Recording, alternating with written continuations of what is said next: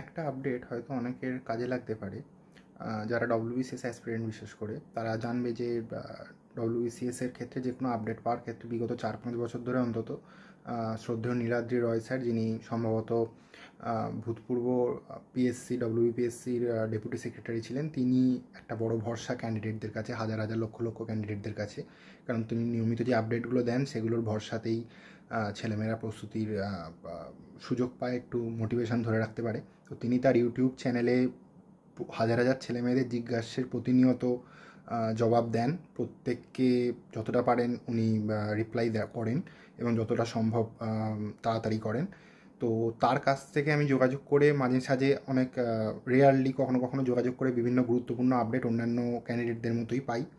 তো ওনার কাছ থেকে আমি যেটা এখনও পর্যন্ত আজকে দুপুর অবধি যেটা জানতে পেরেছি, যে ডব্লিউবিসিএস তো শেষ 2024-এর নোটিফিকেশন বেরোয়নি, শেষ যেটা ডব্লিউবিসিএস হয়েছে 2023, তার মেন্সটা হয়েছে 2024-এর আগস্টে। গত বছরের আগস্টে 2023-এর ডব্লিউবিসিএসের মেন্স হয়েছে পরীক্ষা, তার রেজাল্ট এখনও বেরোয়নি। ডব্লিউবিসিএস 2024-এর নোটিফিকেশনও বেরোয়নি ওবিসি কেসের মামলায়।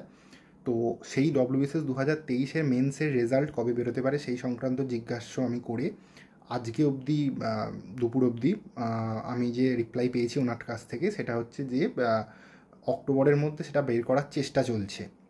কিন্তু কতটা কি করা যায় সেটা তো এখনই বলা সম্ভব হচ্ছে না।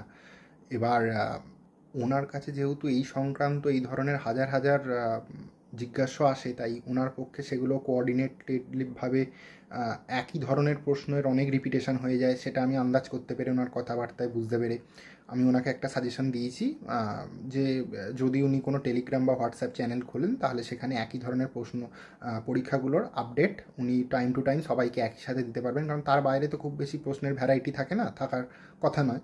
পরীক্ষায় নির্দিষ্ট কয়েকটাই পিএসসির যেগুলো হয় সেগুলোর নির্দিষ্ট টাইম টু টাইম যা আপডেট ওনার কাছে থাকবে, ওনার পক্ষে যা দেওয়া সম্ভব হবে, সেগুলো যদি কোনো চ্যানেলের মাধ্যমে উনি দেন তাহলে ওনারও অনেকটা সময় বাঁচবে আর ছাত্রছাত্রীরা এক জায়গায় সেটা পাবে। সেই সাজেশন ওনাকে দিয়েছি, উনি সেটা ভেবে দেখবেন বলেছেন এবং অবশ্যই পরে যদি প্রয়োজন কিছু জানার ওনার মনে হয় উনি যোগাযোগ করবেন সেই কথা দিয়েছেন। তাতে হয়তো সব পক্ষেরই সুবিধা হবে, ওনারও অনেকটা সুবিধা হবে, ভারমুক্ত হওয়ার ব্যাপারটা থাকবে অনেকটা।